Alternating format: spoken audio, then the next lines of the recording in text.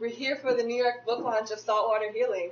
So we're gonna I just want to inform you all, Blue Stockings has graciously kind of created this way where you can enjoy a cup of tea or coffee as you listen to the Black women storytellers that will be before you this evening. So please make your way over there. It's complimentary throughout the night. I won't spend too much time up here because it's not about me. It's about the phenomenal women that are going to be sharing. So I'm just going to jump right in with Sharon P. Morris.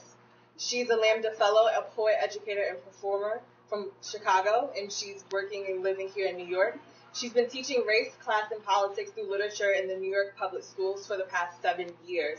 Poetry takes its rightful place in her life right next to teaching. And she met Angelique through a Tongues and Fire creative workshop facilitated by R. Erica Doyle in 2008. So without further ado, give it up for Sharon. Man, can't we give it up for our girl Angelique? Come on, Angelique. So, thank you for having me. It's a pleasure to be here to celebrate your book launch. She's one of the reasons why I'm still writing today, like literally, like meeting and discussing books together and sharing poems over email, all that good stuff. So you're much appreciated for your life, definitely. And so I'm gonna read mostly new stuff from that. All right. So this first poem is called "Warning." How can I tell you to leave a man I call my brother? To beware the tarantulas he carries with him in the dark? How can I tell you that age is a constellation of ravines spooling across your face? He does not know how to gentle his dusk. I've seen women before you cut to pieces, watched them mourn for the parts they could not salvage. Your heartbeat trails like the whimper of a dying baby. How can I tell you to leave? That some men think their love priceless when they have found a woman willing to pay. Will expect you to comply with their ego's inflation. Heed the warning signs I flash between words now. We are sistered by the scorn we harbor in our bellies. You will sprout limbs again, but if you wait too long, your old self won't be there to take you back. Thank you, Sharon. It's really beautiful. Next up, we have Gabrielle Civil. She's a Black woman poet, conceptual, and performance artist originally from Detroit. Since 1999, she has made over 40 original performance art pieces and has shown them nationally as well as internationally. And she met Angelique leading performance workshops with the IT Resurrect. Excuse me. And so, Gabrielle. How are you all doing? Take the art tour to Jacmel, Airstream to Boston, Donkey Hoof to Port-au-Prince, Shark Raft to Montreal, Cracked Foot to Poincianna to Brooklyn, Limousine Okai Visa to Miami, Shop to Guadalupe, Return. Tracery of tourist art. Itinerary en route. Tonight's itinerary is a journey through the work of Angelique V. Nixon, and I'm so delighted to be here as a part of the book launch for Saltwater Healing. Another round of applause for Angelique. I know that Angelique put so much of her talent and her heart and her talent into this project. I'm so excited and delighted to be here to celebrate it. One of the things that has been really important to me in terms of Angelique's contribution to my life and my thinking is all of her work around tourism and rethinking these questions of what does it mean to be a tourist, and in particular for any of you who have connections to the Caribbean region or just in general care about how different zones are created, consumed, exploited. Definitely you should talk to Angelique about that. And that was part of the inspiration for me reading tonight from my poetry fine art collaboration with the wonderful Haitian poet, although she's a poet in images, the visual artist, Vladimir Chalier, Tourist Art. So I'm just going to read a little bit from that project. And that part that you heard that I started with is a section of that text as well. So, are you ready? Yeah. Tourist art. In the market, effusion, emulsion, fluorescence of art. Dead wood sculptures with death-gripped smiles, big-dicked warriors with casket-like shields, flip-flops melting in the sun, and these landscapes of higglers, angular gourd men. In the market, the spirits are questionable. Not roads and lights and toilets and power. These stand unquestioned. Faux Taino glyphs move in color from sun to sand, scrawl to personage, flower, smile. The texture of the canvases is clotted and rough. It would be reclamation if it were ever enough. Tourist art as native camouflage, a cheerful death. In Santo Domingo, a voiceover in English. Welcome to the colonial zone. The tourist kills two birds with one stone. Gets Taino Dominicans and nigger Haitians at once. Gets white sand and black magic, an all-inclusive resort. Every year, my father brought back more and more. Decorative survival, different color schemes, endless proliferation, unredeemable dreams, tourist art as presence of absence. In my childhood, more art than we could hang. Tourist art as labor market flood space. I want to imagine her spreading color as more than a chore, that sweatshop artist prettying up the line. The market arrays her, displays her, frames her, invisible, displaced. Could she smuggle home paints? Add flourishes, sign her name in some trace, unresigned.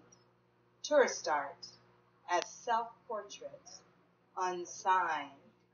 Basket women about face. Tourist art. You want us as background souvenir. We slip in as tracery, alluring, unsettling. You cannot keep us out. Thank you. That was real. Very, very real. Thank you. Thank you. Yeah, I'm so full right now. I hope you guys are feeling the same way. So now I'm going to bring up Sonia Farmer, who is the owner and founder of Poincianna Paper Press, the press that published Saltwater Healing. She's going to talk more about the press itself and introduce Angelique. So welcome, Sonia. Hello, everyone. Hello. Good evening. First of all, I just want to thank Blue Stockings very, very much for hosting us tonight. This is a really special space. I came here a couple of years ago, my freshman year in college, and I really loved the vibe, so I visited several more times. So it's really exciting and sort of very fitting that I'm sort of come back here after living at home for a little while.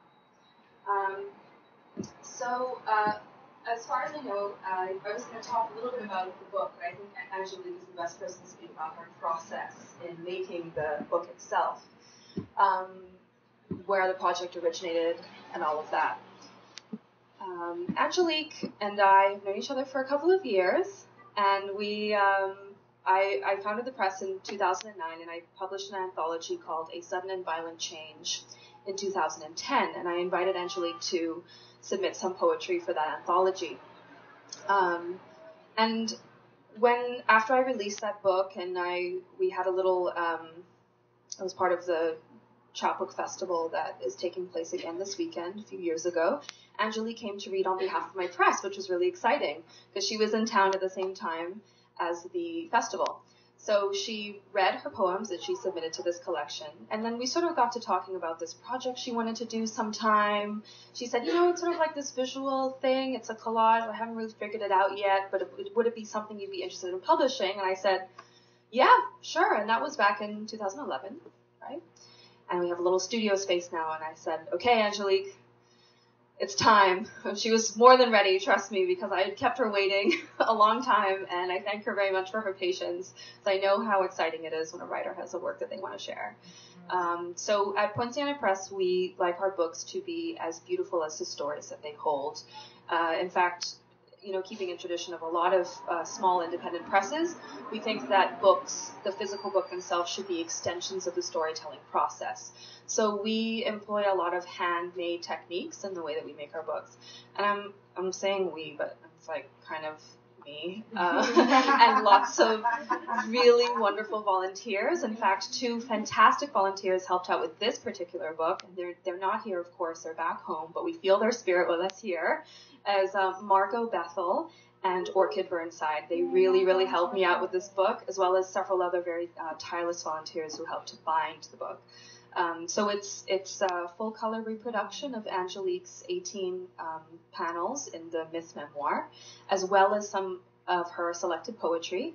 The cover is letterpress printed. I'm restoring an old press in Nassau, the Bahamas right now, and we use some sort of Art Nouveau, funky-looking type that I found in there amongst the termite-ridden drawers, and we carved a little wave pattern, and they're all hand-bound and handmade with love.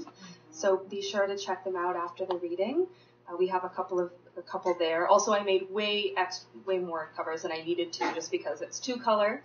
So with the extras, I also made some bookmarks, and then I made a little broadside, which is what's pictured here behind me.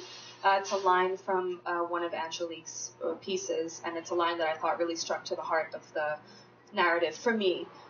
So that's why I chose it. I wanted it to be longer, but I was going to run out of ease. So that's why it's that long. So that's the process. There are a couple of here for sale. Please be sure to pick them up. And now I'm going to introduce Angelique. So she has a really extensive biography because she is amazing. So I'm always, when I'm sitting in the audience, I always think, why are people reading from papers or from their iPads, which I'm going to do now, which is terrible because I'm a Luddite and I just got this and this is kind of great. I'm sort of like, oh no. But I could not keep track of everything Angelique has done, and I want to make sure to share everything she's doing and has done and has planned for herself with you guys, so I am going to read it straight from the iPad. Please forgive me. Okay, here we are. Born and raised in Nassau, the Bahamas, Dr. Angelique V. Nixon is a writer, scholar, teacher, community worker, and poet. She migrated to the United States in her early 20s to pursue higher education and work opportunities, and she has remained closely tied to her home place and the Caribbean region as a whole, even as she has lived abroad for many years. Angelique earned her PhD in English, specializing in post-colonial studies and Caribbean literature from the University of Florida in 2008, with a certificate in women's studies and gender research. She completed a postdoctoral fellowship in African Studies at New York University in 2009, where she engaged in advanced research on transnational migration. Currently, she teaches in the Department of English and Creative Writing at Susquehanna University in Selinsgrove, Pennsylvania. Her research and teaching areas include Caribbean and post-colonial studies, African diaspora literatures and cultures, post-colonial and feminist theories, and gender and sexuality studies. So you see I couldn't remember. I had to read this properly because she deserves all of the proper recognition. So right now, even though she's just put out this book, and it's a fantastic book, she's actually completing her first scholarly book titled Resisting Paradise, Tourism, Diaspora, and Sexuality in Caribbean Literature and Culture. Cannot wait. Which examines the material effects of tourism and neo-colonialism on Caribbean culture and identity. Very exciting. Her project interrogates the cultural and sexual politics of tourism through a study of migratory artifacts, literary and cultural production, and community activism. The book is under contract with University of Mississippi Press, so look out for it. Ladies and gentlemen, Angelique V. Nixon. Hi, everyone. Oh, wow. There's so many people here. Hi. Hi, everyone. everyone. Thank you all so much for being here. I'm really, I should talk into this microphone. Hi, everyone. Thank you so much for being here. And I'm so excited to see all of your beautiful faces. And so I'm going to say a couple of thank yous before I start. I want to thank, first of all, Blue Stocking so much for having us here. This is such a beautiful space. Thank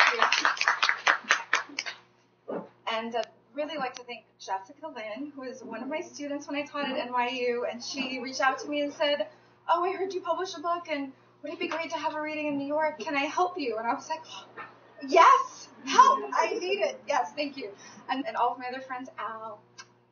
So thank you all for being here, and I'm going to tell you a little bit about saltwater healing through a mini slideshow so you can get a sense of the process. Okay, great. So this is me. When I first started the project, and I'll just say, and I'm going to talk really loud so hopefully you can all hear me. I started each piece, let me sort of show you what it looks like. You can kind of see them stretched out. Each panel, and some of you who have the book, they're 12 by 12 inches, and they sort of grew. And you can kind of see how big it is. I'll show you a picture of me working on it so you can kind of get a sense of the scale of it. And so it started out just sort of page by page with me. I worked on the first 2 pages as a project with Tongues of Fire, workshop actually. So I did it in 2008, and I just did 2 pages, and I left it. And I said, I don't have time to think about it. Erica Doyle, who's amazing, really encouraged me to continue the project. And so I did years later. In 2010, I picked it back up. Sharon was actually really encouraging, and her and I, we wrote together and sort of shared each other's work, and she read a number of my pieces as I was building it. But I really did most of the work in the end of 2011 into 2012. I was invited to be a part of Transforming Spaces in our show in the Bahamas, and the theme was fiber. And so I had this idea then to connect the stories and the pieces through straw and androsia fabric. Androsia is a Bahamian fabric that's made in Anton. But at the same time, I thought a lot about how fabric and straw, this particular fabric and straw, are used in the tourism industry a whole lot. And so I wanted to play with that, this idea of something so obvious being mixed in with these other stories. But I'll just stay here for a second, and then I want to read some for you and then read some of my poetry. But just to say that one of the things that happened when I was home in March of 2012 to put this piece together, it was woman tongue season, and woman tongue is a beautiful tree. And for those of you who have any roots in the Caribbean, you probably have heard about this tree. And during March into April, the leaves all fall off, and these huge pods grow, and they're actually a part of my book. And what happened was I saw all of these beautiful pods, and I used a lot of found objects I had collected over the years, photographs that I had, and then the piece started to build as I was home for a couple of weeks, and I started collecting more things, and it became a part of the entire piece. And woman's tongue is, they're called woman's tongue because they make noise. The wind sort of, maybe I'll move over here so you can all hear me. I hope you can hear me, yeah? So when the wind sort of flows through the trees, they make a rattling noise. And so woman's tongue is supposed to be a kind of, in a way, a derogatory thing, right? Like women talk too much, women loud, and so on. But what I thought was really interesting about using these pieces is that sort of taking that idea of woman tongue in a powerful way and thinking about particularly my grandmother's story, which is really central to the book and to my poems, but also to the myth memoir, about her, really her defiance in being who she was in fierce ways, and that someone like her story as a poor working class black woman in the Bahamas in the 1950s, working as a domestic worker for most of her life and a cook in different people's homes, that her story wouldn't be the one that's told. So in many ways, when I was home and I felt the breeze and these woman tongue branches making all this beautiful noise, I wanted that to be a central part of the piece. And so that's why I ended up putting woman's tongue all around the pieces. And so, but woman's tongue becomes a metaphor for how we tell our stories, that we have to tell them really loud and we have to tell them as much as possible, because those aren't necessarily the stories that get told. So that's really the main inspiration for what I have done in this. And so I will just flip through so you can kind of see some of the scale of it. And you have to buy the book to get all of it. So I'm here. Yeah. And then so I'm going to read a few panels and share a little bit of this story that I'm calling a myth memoir. And I'm certainly engaged in Audre Lorde's Zami as my main inspiration and her creation of a biomythography and a different way of thinking about how we tell stories, thinking about Toni Morrison's beautiful statement that sometimes, we have to make up our stories. We have to create them even if we don't know all of the pieces. And a part of that is using memory. And so that's a real part of what I'm thinking about with myth memoir. And an honest way, because we can't remember everything, right? And thinking about the mystical elements that surround all of us in terms of spirit. I should say that this book is, and the myth memoir, really center on my relationships with both my mother and my grandmother who passed. My grandmother passed when I was 18, and my mother passed when I was 19. And so those two moments of my life really affected me. And so a lot of my work is about them. My grandma sort of haunts me in a good way. Even when I don't think something's about her, then she shows up. And I'm like, well, it's about you. Okay, great. And so she's always there. And for those of you who have past loved ones, you probably know what I mean. In spirit, she's always guiding me. And so yeah. So the first couple pieces I want to read for you, I was writing it in this workshop and thinking about the assignment was tell our story through some kind of graphic novel approach. And I thought, well, I can't draw. I don't do art. I don't know how to do that. So it made me really think about it. So the instructor, Erica, was like, well, think about using photographs. And I thought, okay. So the first couple of pieces started with photographs. And I wanted to think about why I've taken these photographs over the years. I'd already been gone from home for a long time. And so I wanted to play with this idea of what do I do with these photographs? What do they do? What do they represent for me? It's better in the Bahamas. I remember hearing this over and over again on TV and the radio growing up in Nassau. I remember words like paradise, sun, sand, and sea, describing the island nation I still call home, even though I've lived away for many years. I remember the smell of the ocean during summer, especially when sea grapes are ripe and in season. They are green and purple, round and fuzzy, sweet fruit, yet salty like the sea. I remember the sounds of coconut trees telling their stories. I want to tell you my story, but it's not one of paradise. There are no beach-filled romances or happy endings in my story. You see, I took these pictures of beach, the ocean, sea grape, coconut trees to remind me of home. But when I lived at home, I barely had time to go to the beach, enjoy the sea grapes or coconuts. And when I was growing up in all this beauty, there was all this sadness. Tragic stories I can't share with you. So much beauty I could never see until I left and came back. Leaving, returning home can be painful. Because you don't want to hear about ghettos in paradise, about drug-addicted fathers and crack houses, about how my mom had to do not-so-romantic things to make sure we had lights, rent, and food. No, you don't want to hear that story. You want the sun, sand, and sea. Shit, man, I want it too. I want to be home and be me. I want to have memories that don't sting me. I want my people to love me and accept me and all my light-skinned, feminist, black, queer, radical self. I want it to be better in the Bahamas for all Bahamians. As I travel between the places I live and the place I call home, I create many homes and memories filled with love. Building bridges, repairing fractures inside me, I'm still here, blessed through the unspeakable. I'm still here because of grandmas and aunties and mummies of all kinds, here because I'm supposed to share my story. And so I embrace the memories that sting. I wrap them inside promises of joy and hope and love. My soul jumps in this light.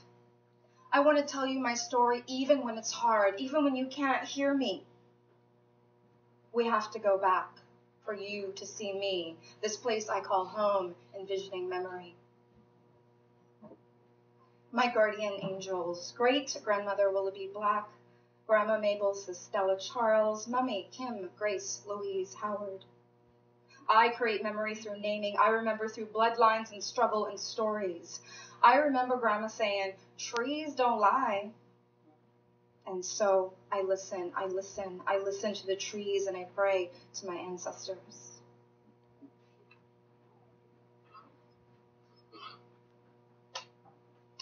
You see, I took these photographs to remember and to re-memory.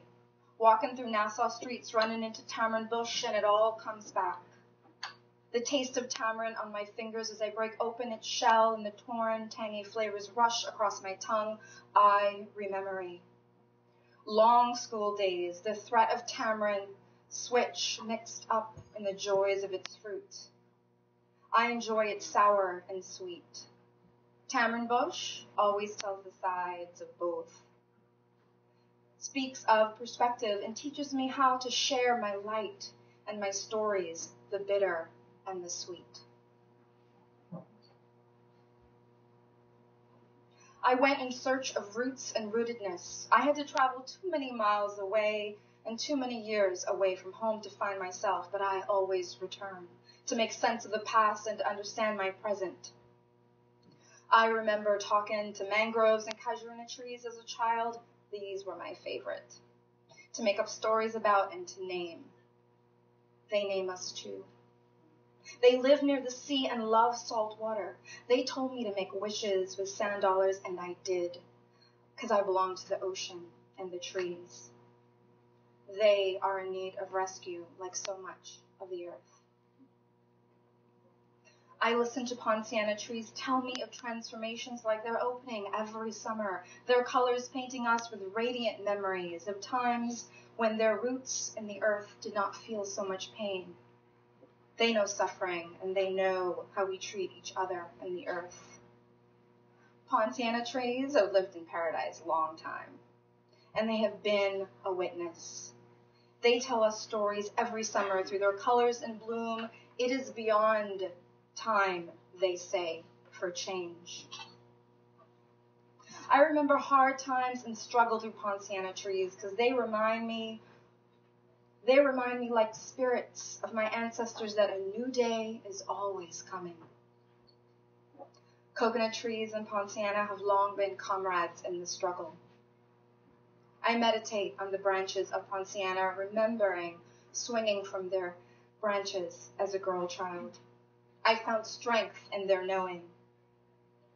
They transmit stories across the Caribbean Sea into the Atlantic and Pacific.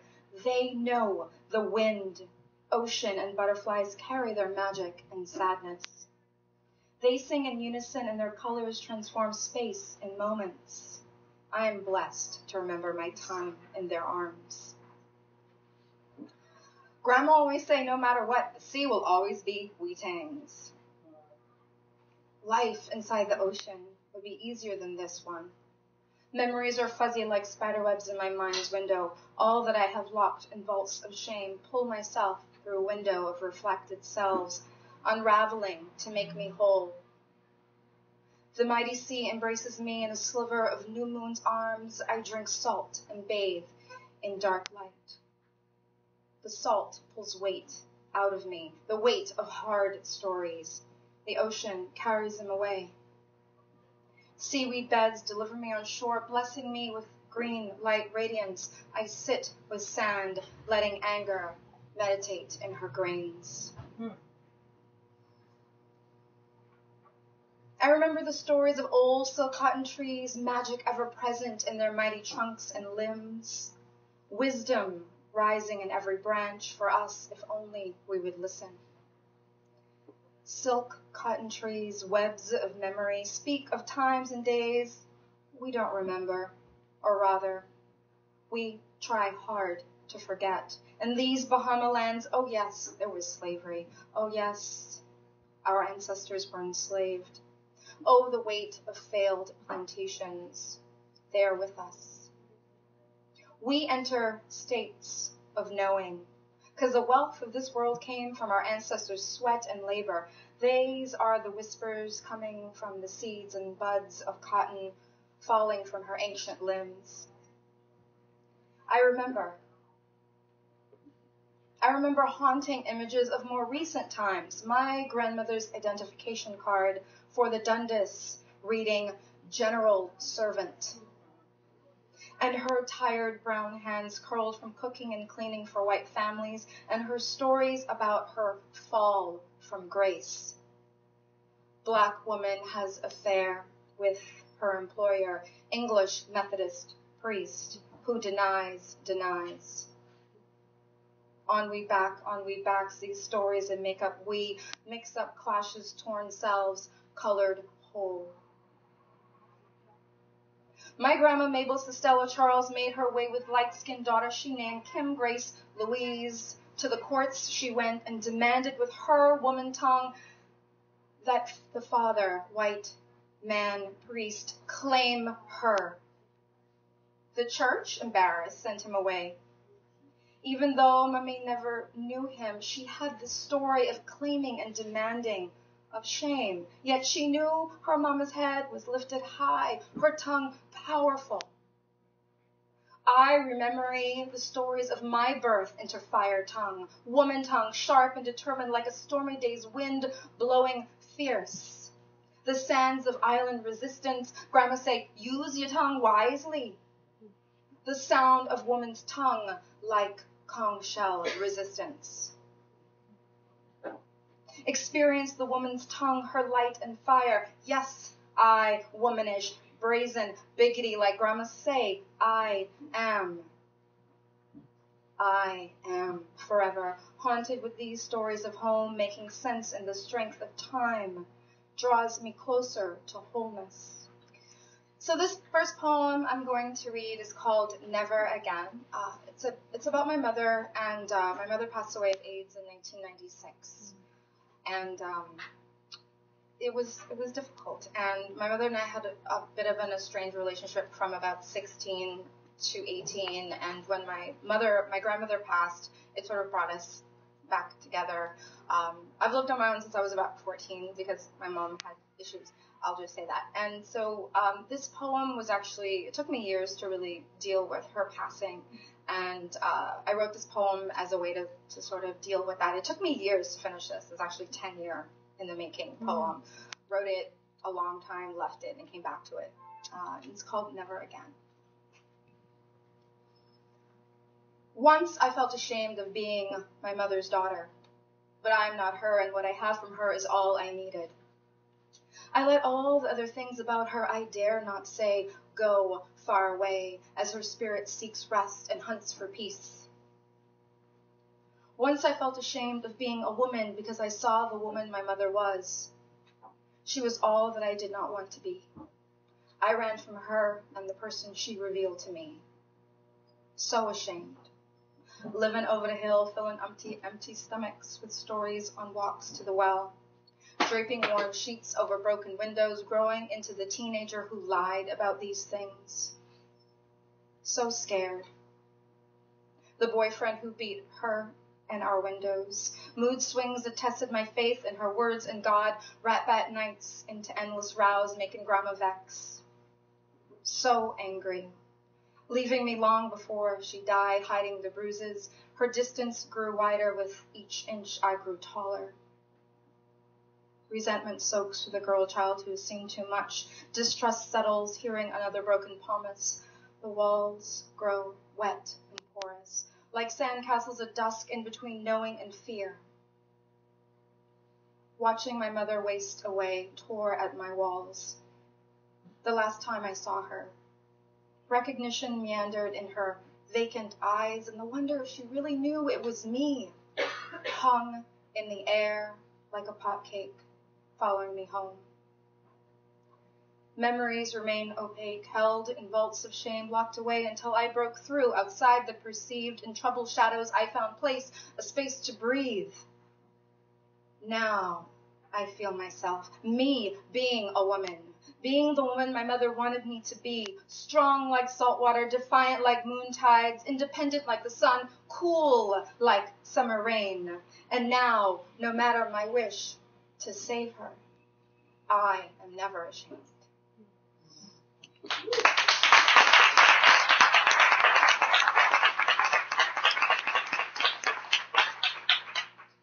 This is called Still Caribbean Roots.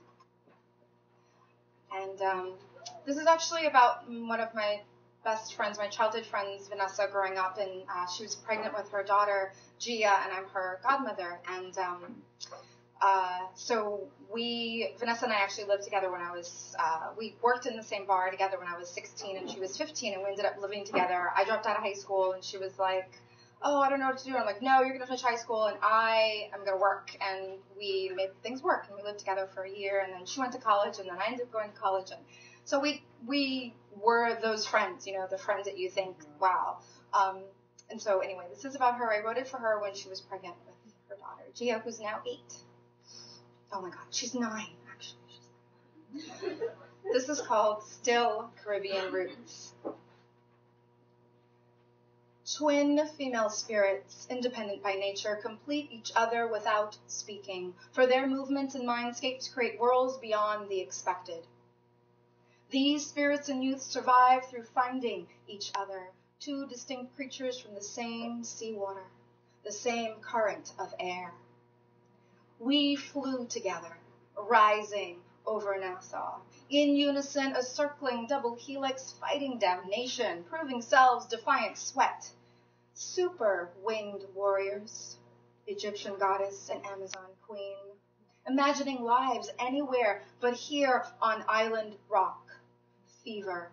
As young teens, we wanted to be more than trouble or unwanted or too different. You held me when hurricanes blew in too much hard water. You nourished me with salty rain and ripe avocado. You danced with me under the scorch of summer heat. I be your grounding force. You be my other half. Why I kept going, striving for more when despair hovered like hungry seagulls on the horizon. My fire rising grew through your belief in me, in our powers to be whole. With new phases of a fall equinox moon, life paths shifting, changes and unspoken words between us, drifting parts, yet our sand selves rooted still. As you become the mother we both wanted and needed, I will be there, proud in ways only you will know. Twin female spirits, balancing with grace, high tides of logic and intuition. I wasn't going to read that because it's too hard to read, but I did it. So I got through that one. It's all good now. We're sweet. No more near tears. Okay, so this is called Bahamian Speak in response to what happened to your Bahamian accent. Some of you have heard this before, probably at Rivers of Honey, but here it is. Trained to speak a language, taught to wield its power, told it'd be the way out. This language is called proper English, the correct way to speak. Told as a child the way I spoke was bad ghetto over-the-hill talk, speaking that way too Bahamian. But now we say our words with humor, forgetting the shame. Our dialect, nation language, Bahamian English. Decorating performances in our schools, dressing plays at the Dundas, sip and grapevine in the punch. It was embarrassing for children getting an education, talking Bahamian only at appropriate times, during lunch and happy hours, rat-bat nights. Now our dialect is fun and entertaining, something to laugh at, something that's really Bahamian, because dis we tangs be a true Bahamian. But if you is Bahamian, you know the rawness, the rhythm, the movement of speaking Bahamian. It can't be fully captured on paper. It got to be heard. It is fluid in motion and sound. To hear it is to see it. So when you ask me, what happened to your Bahamian accent? My response can never be simple because I for sure ain't lost it. It was molded and masked through training, paddles on knuckles, uniform classes, British, American, teachers, serving tourists in bars, working in offshore banking, and grandma's insistence on speaking right, because it would get me far. but the place I went was too far from her, my truth, my roots. But come to find out, I slip in and out of languages with ease and discomfort.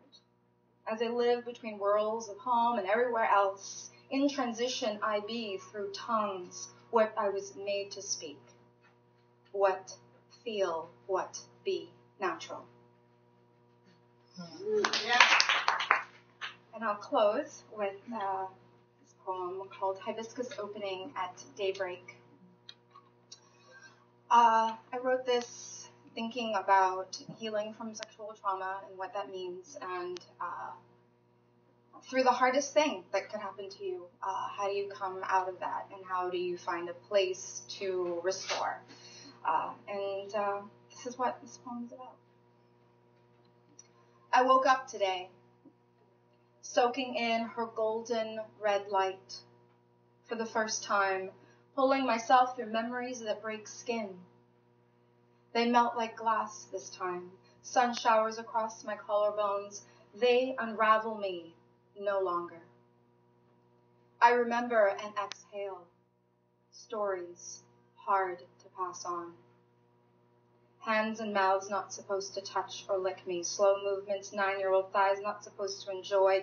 Feel stirring below my belly each time. Tight eyes, spill shame, not supposed to tell.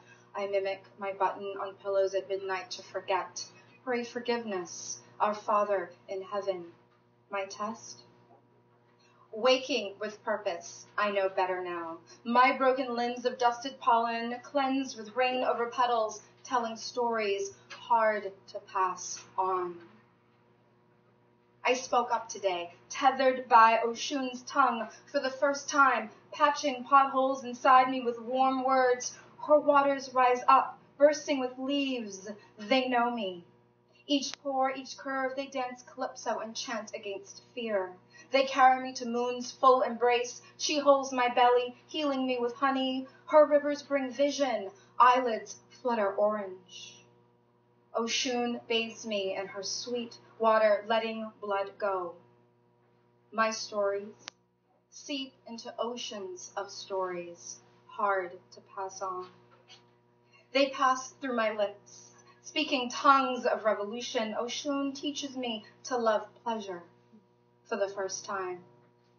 Trusting female desire, beauty in touch and night's end. Waking to her dark red flame. Thank you.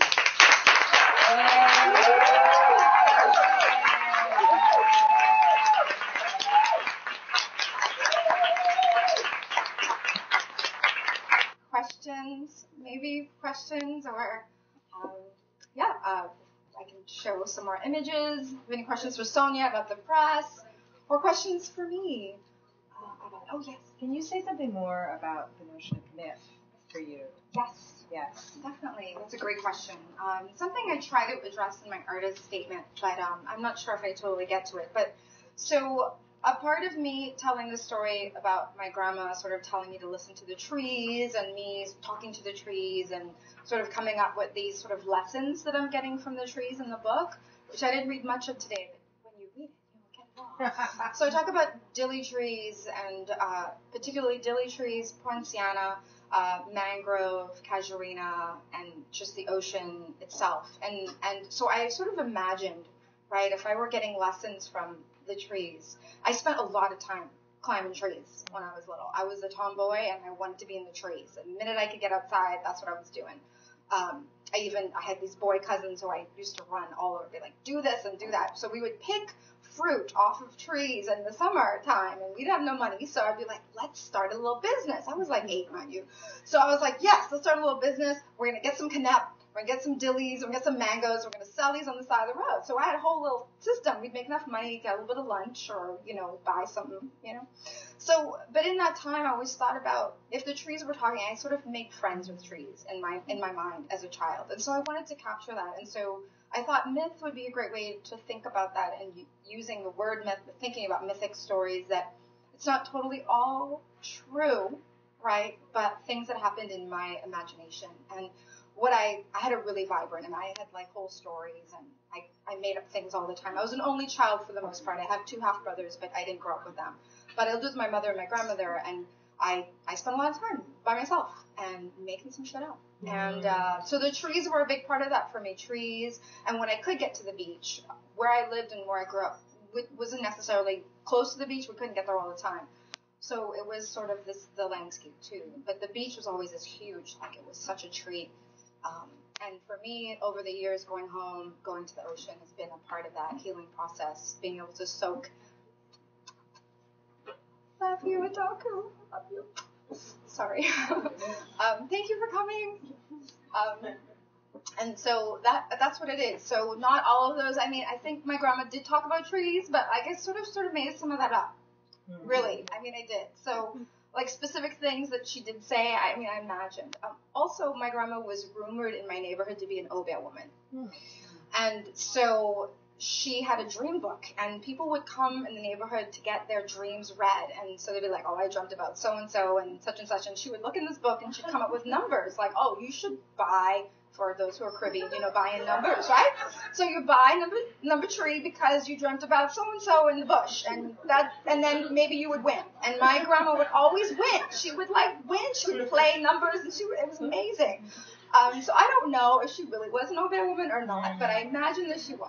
And so to me, that's a part of my sort of mythic remembering of her. And in some ways, I used to have, when I was about maybe 10 years ago, I started having these dreams about her.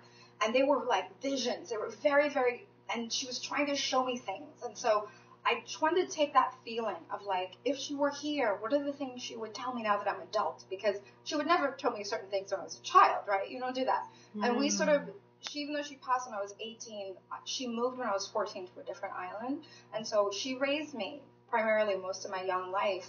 And then she left to go to Freeport, which is a different island, because she was ill and she went to live with her other kids, and my mother couldn't handle all of it. Anyway, and so I didn't see her until she passed. And so I also have this sort of standstill, like just this sort of me imagining my grandma and what the things that she did tell me, and me sort of remembering them in this way that it may not necessarily all be completely accurate, but it's what I imagine and remember. But I also have had these really intense visions of her, and I feel like she's with me and she tells me things, and so I wanted to capture that.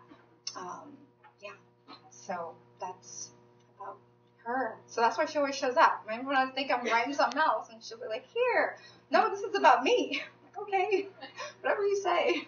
So she's sort of an inspiration, and the story that I share about her, I don't know what's true and what isn't true, but I just remember as a kid her saying, I went down to that Methodist diocesan and I told him that this child was his, and they didn't believe it. I don't care. I went there anyway. And look at her. She's light. So she had this sort of really demanding way that she shared the story. I don't know if that's really what happened. But that's what I remember. And I remember my mom holding on to that too. Like, that was something, and nothing else came of it, but I do know that the church did, well, this is what she told me, that the church sent him, like, he went back to England. But she got fired from this job, right? So she was a cook in this house, and he was married. And then, so, just thinking about that, that's sort of so representative of like a fucked up colonial history, that I wanted to capture that. And that was sort of a real, so that, again, the mythic, myth being a part of that the story almost became mythic to me, because there was no one else to verify that. Like, nobody else talked about it. It was only her. My mom would maybe talk about it a little bit. She didn't really, but it was my grandma's story, and I wanted to capture that. I think it's important. So, yeah. That was a great question. Yay. Any other questions like that beautiful question? Yay. Yes. So I know that this has been a huge journey doing this book, and going back into the memories and home. And I'm wondering if completing this book, if your poetry is gone in a different direction, or is continuing and on the journey where you're at now, is there? Yeah, that's a great question. I think so. A lot of the poems I wrote way before this art piece, right? These poems are, 10, 12, 13, some of them years long ago. In fact, Eduardo read them when they were in their very early stages, and he was just telling me, oh, they've changed so much. So I worked on those a lot. And I think actually being able to write those poems gave me the courage to then tell the stories in the way that I did. So now going in and thinking about new pieces, I think so. I think it's delving into visual art, which is something that I feel like I didn't, who am I to be dabbling in visual art? So that was also like trying to sort of say, oh, I can do this and I can experiment and play around with different mediums and think about multimedia art, and using poetry as a kind of center for that, I think is really beautiful. And poetry itself, I think that language is so often seen as like fixed in space, but language changes, and poetry is where language can change and evolve and grow. And so I want to play with that. So that is something that I'm thinking about in my work, and wanting to play more with like word art and using words in more visual art. I've been playing around with oil pastels and soft pastels and creating pieces. So I'm really excited about that. And I have 6 or 7 pieces I'm working on. So I'm definitely, it's encouraged me to kind of move and work in different mediums as an artist, which is, a whole other thing. So, although I think poetry is art, and so great question. Yes. Just ask you the tough question. So, in this process, the self-treatment, the self-therapy you've gone through, what do you feel now that you've put it down and put it out? What do you feel is the thing you're going to move to next? It's a great question. So I think that I've really delved into my mother and my grandmother's story. I feel like I've honored them. I feel like my grandma is okay now. She feels good spirit-wise. Mommy is there. She feels good too. So what I think I'm going to delve into is on my father's side, which is a lot, in some ways, more difficult. I know that's hard to imagine, but it actually is. And my paternal grandmother is still alive, and that side of my family is also mixed. They are Chinese, black and white, but they sort of deny the blackness, really. And I really spent most of my time with my mother's family, but I am close with my paternal grandma, and she has felt through this process, because I've published my work in different ways at home, and she came to the launch in February in the Bahamas, and she's like, when are you going to write about me? What about my story? And like, what? You're not just this. And so I felt like, and I had to deal with that moment, and I actually had a really hard time with the reading when I was home, because I actually silenced myself because I didn't want to upset her, because she's not the grandma I'm talking about, but everybody knows her, and I have her last name because it's my paternal grandma, so everyone knows her. And so I felt really at that moment like, okay, well, what is it? Why do I want to talk about it? And I always feel like, I don't even know if I want to go there. In some ways, it's terrible to say, but because both my mom and my grandma are passed, writing about them is a little easier, right? I know it's terrible to say, but right, because feelings don't get hurt and things like that. So I'm still trying to grapple with that, but I have decided that I need to figure out how to talk about that experience. And it's also something that's very, the sort of my mixed raceness and how I identify as black is very hard for my Chinese grandmother. She doesn't understand it. She feels like personally affected by my choice. And it's because I've done things in my life. I think if I didn't do anything with my life, I don't think it would matter. But because I have a kind of public voice, she cares. And so I've thought about it, but I thought about it before, but it was just that experience. And so I think that there's healing and anger that could be dealt with on that side. So, but wow, that's a lot. And so I don't know, I've talked to you about hope maybe working on a novel. So I don't, maybe that'll come into it, perhaps. Yeah. So, but, that's harder. It's actually in some ways harder because I have a lot of family on my father's side. Like there's a lot of them, and so a lot to deal with in terms of how I would tell certain stories. My mother's family, we have a very small family. There are only a few of us. So it makes it a little different. But I have thought about that because those are, the things that have made me. So, the drug-addicted father story. Maybe that'll be next. He's still alive, and miraculously, I don't know how, and on and off of various substances. So, but that's a hard story. So maybe I will. I don't know. I would like to maybe to get into like maybe some fiction and write about something completely different. Maybe, I don't know. We'll think about that. So, great question though. Anything else? You all are wonderful and very patient and look so eager and beautiful. Thank you so much for being here. And yeah, thank you. And we're doing a book signing, right? So if you bought a book, I'll sign it. Yay! Thank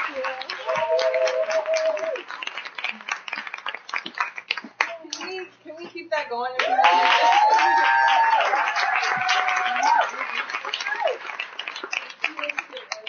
I had the honor of being a student 4 years ago.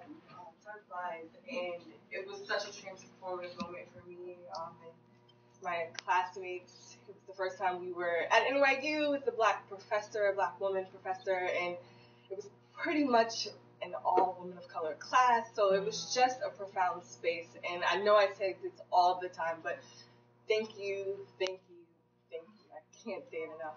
It was a special moment for me as a woman, thinking about how I travel, how I engage with my own self. So yeah, thank you for that. Thank you. Thank you to Blue Stockings for Yes. being awesome. Share this space. Thank you, Lillian. Please make sure you go grab your complimentary cup of tea or coffee, mingle, meet someone new, buy the book because that's what's on the table over there. Talk to Sonia. Yeah, and have an awesome evening. Thank you guys for all coming out.